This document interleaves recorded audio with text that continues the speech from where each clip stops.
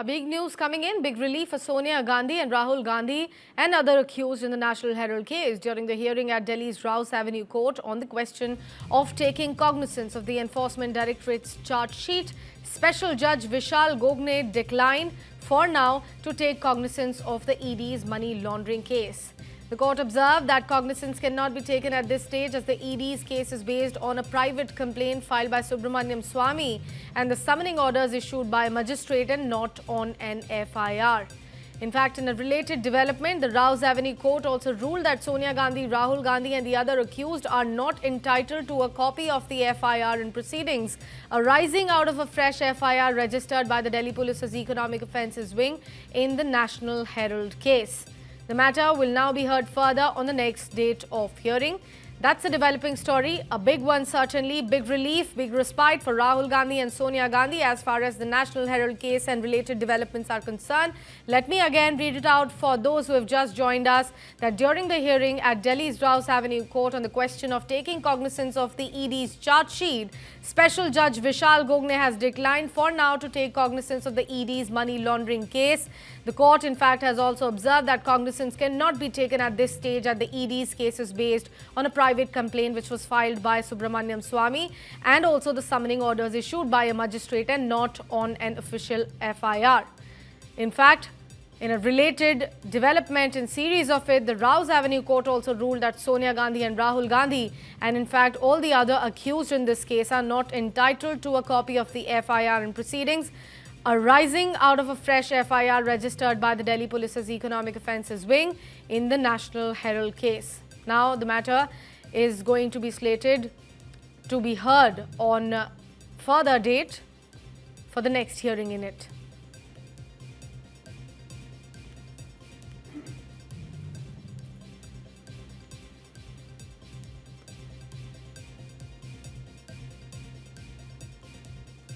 And that's the big breaking news of the hour, ladies and gentlemen. Big respite coming in from Sonia Gandhi and Rahul Gandhi as far as the National Herald case is concerned.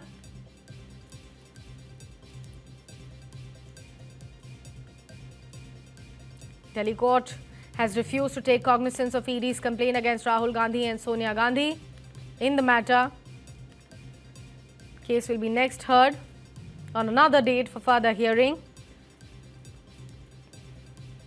This ED's money laundering complaint in the National Herald case allegedly involving Congress leaders Rahul Gandhi, Sonia Gandhi and many others. The order has been pronounced by the Special Judge of Rouse Avenue Courts, Vishal Gogne.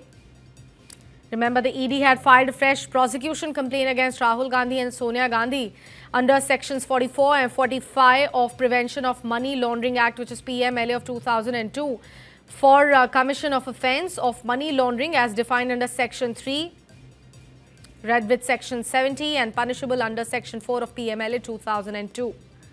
The controversy, remember, stems around the acquisition of Associated Journals Limited, the publishers of the now defunct National Herald newspaper. My colleague Jeet Bhati is joining us here on the phone line.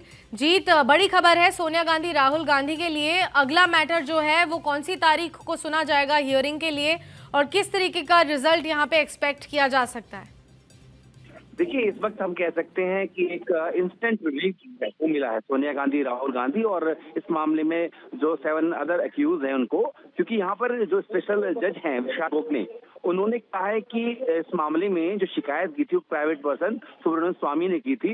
इसके आधार पर EOW ने अपनी जांच शुरू की थी। यहाँ जब ईडी की एंट्री होती है तो ईडी अपना कोई केस रजिस्टर नहीं करती, बल्कि उस केस को आगे परस्यू करती है, उसी के बेस पर चार्जशीट कोर्ट में दाखिल करती है।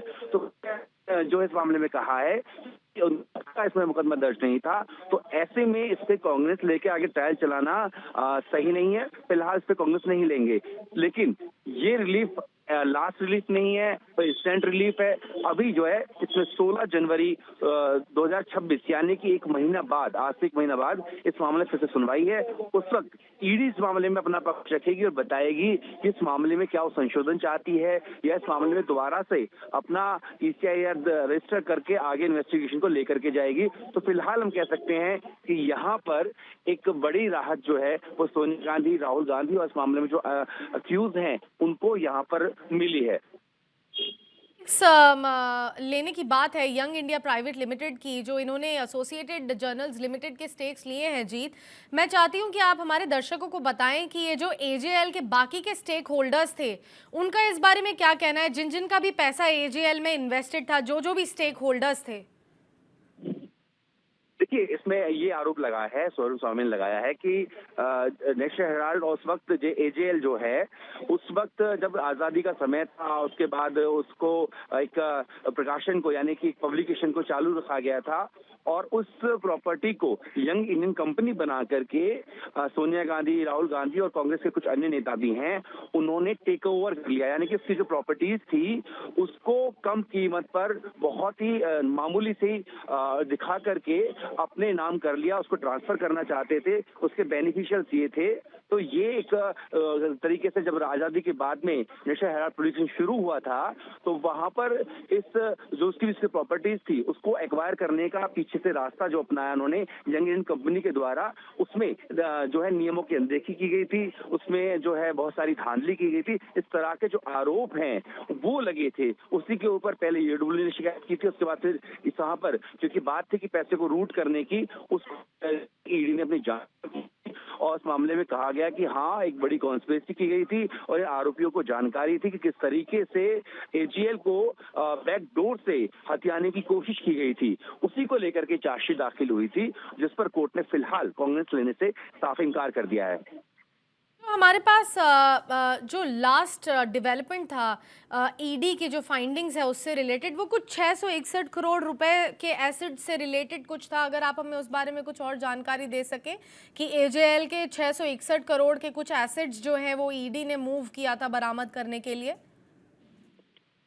बिल्कुल, देखिए यहाँ पर ये कहा गया कि उसमें जो है सैकड़ों करोड़ों की प्रॉपर्टीज थी, उसमें मूवेबल और नॉन मूवेबल प्रॉपर्टीज थी, उसको हथियाने के लिए ही यंग इंडियन कंपनी जो है उसको फॉर्म किया गया था और उसमें इस तरीके से उसको किया गया कि जो हजारों करोड़ रुपए की संपत्तियां हैं वो उनको बेनिफिशरीज जो हैं वो गांधी परिवार और जो अन्य कांग्रेस के नेता हैं वो बन जाएं। तो ऐसे में ईडी का ये आकलन था कि 600-700 करोड़ की जो संपत्तियां हैं, मसलन अभी आप देखें भी तो ITO पर जो नेशनल हेराल्ड का एक बिल्डिंग है जिसमें पासपोर्ट ऑफिस भी चलता है, उसको भी अटैच किया गया था और कहा गया था कि इन संपत्तियों की जब तक विवाद है इसका आगे जो है अलग तरीके से इस्तेमाल नहीं हो सकता है और कहीं इन संपत्तियों को आगे बेच न दिया जाए या आगे ट्रांसफर न कर दिया जाए। इसको देखते हुए ईडी जो है आगे इस पर बढ़ना चाहती थी और इस मामले में जो संपत्तियां हैं उन्हें अटैच कर इस मामले में जो है चार्जशीट दाखिल की गई और आरोप लगाया गया कि एक लार्जर कॉन्स्पिरेसी जो थी इसके पीछे की सोची समझी साजिश और रणनीति बनाई गई थी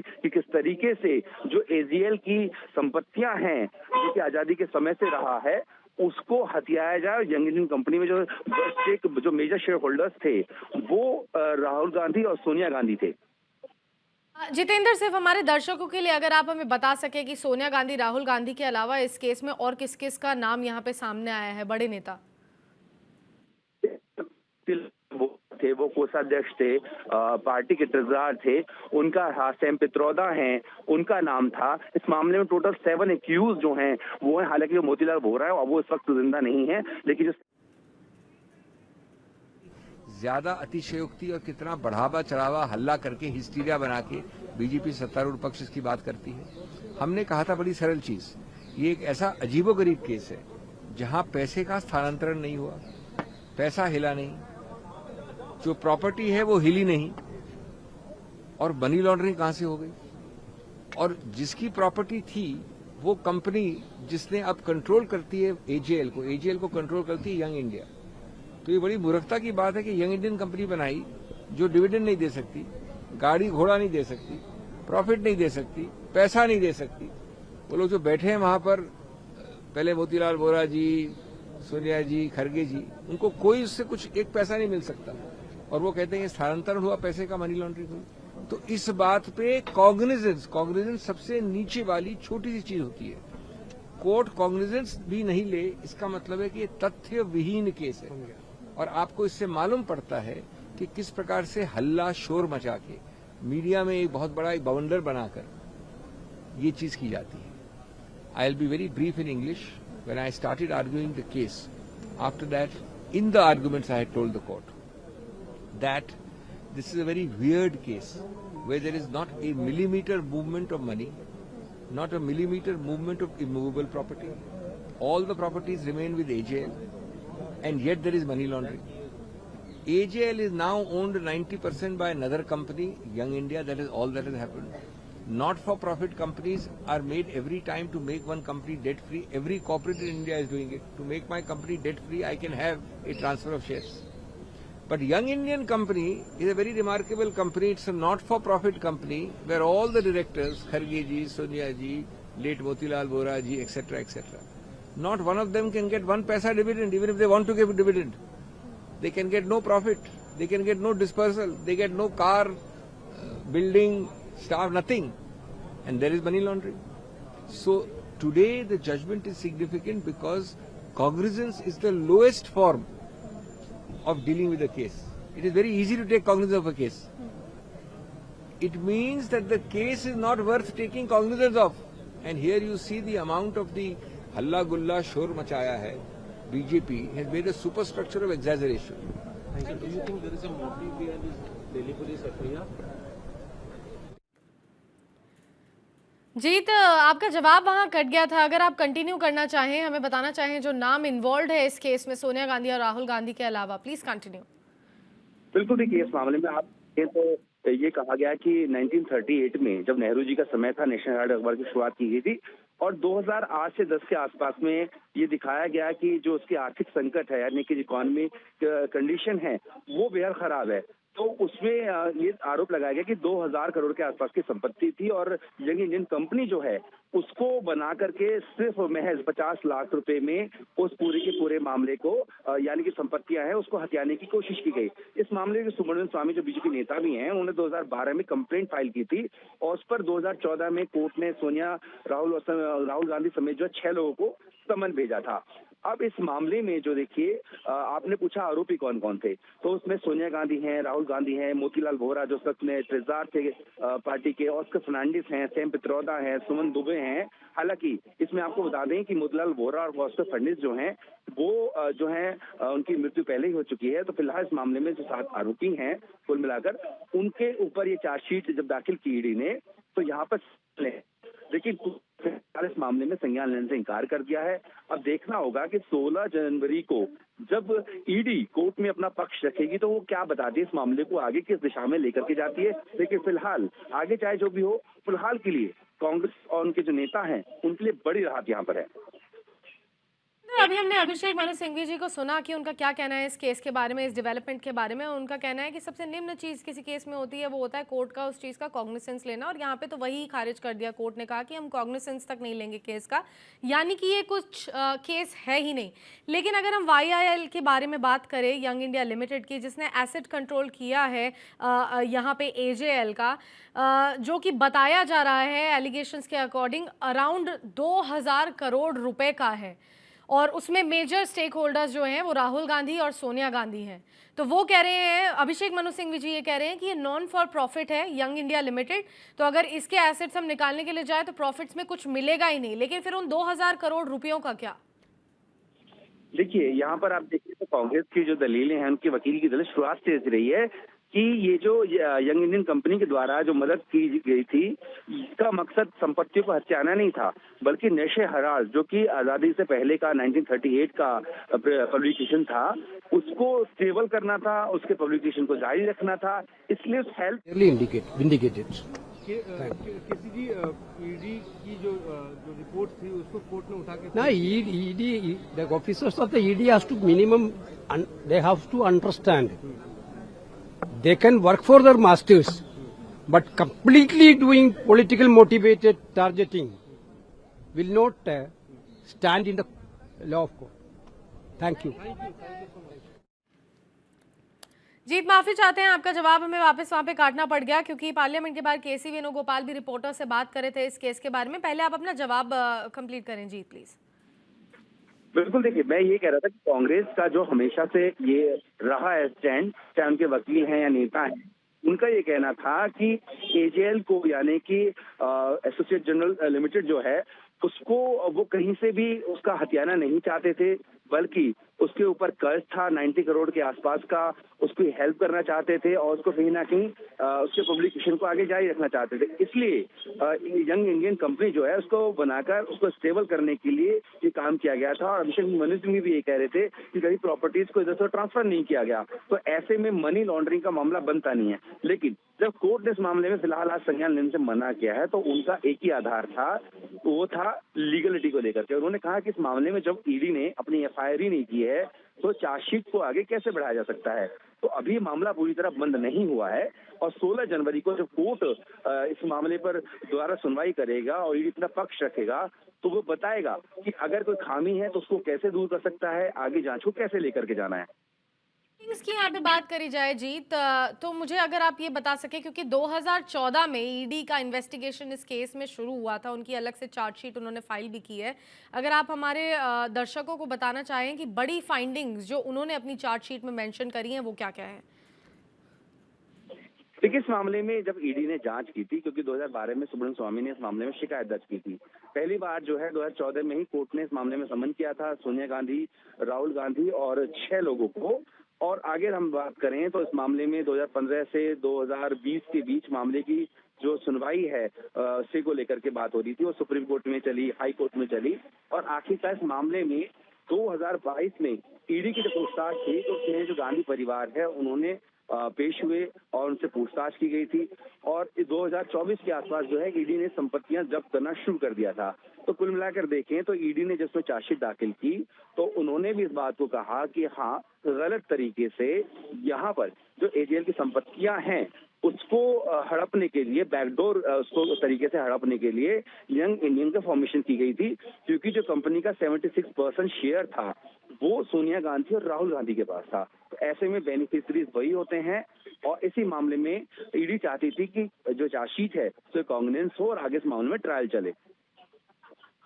वेणुगोपाल को भी सुना होगा जितेंद्र की उनका क्या कहना है। वो पार्लियामेंट के बाहर रिपोर्टर से बात कर रहे थे, वो ये कह रहे थे कि ईडी जो है वो अपने मास्टर्स की कमांड पे फंक्शन जरूर कर सकता है लेकिन जुडिशरी उस चीज को खारिज कर चुकी है। सो दिस बिकम ये जो है कांग्रेस के सपोर्ट में एक बड़ा केस बनते हुए दिखाई दे रहा है। सकती है क्योंकि कोर्ट ने कांग्रेस से मना किया है, लेकिन क्या मामला पूरी तरह खारिज हो गया? बिल्कुल नहीं हुआ। अभी इस मामले में ईडी को अपना पक्ष रखना है, वो 16 जनवरी को होगा, यानी कि आज से ठीक 1 महीना बाद। उस वक्त पता लगेगा कि क्या वाकई ही ईडी की जो आगे यहाँ पर आर्ग्यूमेंट्स होते हैं, जो अपने लॉजिक्स रखेंगे, अपने तर्क रखेंगे, क्या उससे मामला आगे बढ़ेगा या ये मामला खारिज होता है। तो फिलहाल के लिए कांग्रेस और उनके नेता के लिए बड़ी राहत है, तो ऐसे में कांग्रेस का ऐसा बयान देना लाजमी है। जी जितेंद्र, अगर आप हमें बता सके कि कांग्रेस का नेक्स्ट प्लान ऑफ एक्शन अब इस केस में क्या होगा जब अगली सुनवाई होती है और ईडी का इस केस में अगला कदम क्या हो सकता है। देखिए, ईडी अपने इस बात को बताएगी कि उन्होंने क्यों अपना अलग से ईसीआर जो है वो रजिस्टर नहीं किया था, क्योंकि अक्सर ऐसा होता है कि ईडी के जो मामले होते हैं वो कहीं पर ये मान के चलते हैं अगर कहीं करप्शन हुआ है तो उसमें पैसे की अगर लॉन्ड्रिंग हुई है तो ईडी की एंट्री वहां पर हो जाती थी। ठीक है, तो इस मामले में एफआईआर दर्ज क्यों नहीं की, आगे करेगी नहीं करेगी, ईडी का ये कहना होगा। वही कांग्रेस जो है वो ये कहेगी कि इस मामले में जैसा अभी भी कह रही है कि कहीं पर भी हथियाने की कोशिश नहीं थी, सिर्फ और सिर्फ जो कर्ज था तकरीबन 90 करोड़ रुपए का, उसको लेकर के वो एजेएल की मदद करना चाहते थे। इसलिए यंग इंडियन कंपनी जो है उसने सिर्फ हेल्प के लिए आगे किया था और मनी लॉन्ड्रिंग का मामला नहीं बनता। तो सबकी अपनी अपनी तकरीरें हैं, लेकिन इस पे कोर्ट का रूप क्या होता है ये देखना अहम होगा, उसके लिए भी थोड़ा हमें इंतजार करना पड़ेगा। साथ बने रहिए। एक बार हम वापस सुनना चाहते हैं कि केसी वेणुगोपाल का और अभिषेक मनु सिंघवी का इस केस के बारे में क्या कहना है। In the arguments, I had told the court that this is a very weird case where there is not a millimeter movement of money, not a millimeter movement of immovable property. All the properties remain with AJL, and yet there is money laundering. AJL is now owned 90% by another company, Young India. That is all that has happened. Not-for-profit companies are made every time to make one company debt-free. Every corporate in India is doing it. To make my company debt-free, I can have a transfer of shares. But Young Indian Company is a very remarkable company. It's a not-for-profit company where all the directors, Kharge ji, Sonia ji, late Motilal Vora ji, etc., etc., not one of them can get 1 paisa dividend, even if they want to give a dividend. They can get no profit. They can get no dispersal. They get no car, building, staff, nothing. And there is money laundering. So today the judgment is significant because cognizance is the lowest form of dealing with a case. It is very easy to take cognizance of a case. It means that the case is not worth taking cognizance of. And here you see the amount of the halla gulla shor machaya hai. BJP has made a superstructure of exaggeration.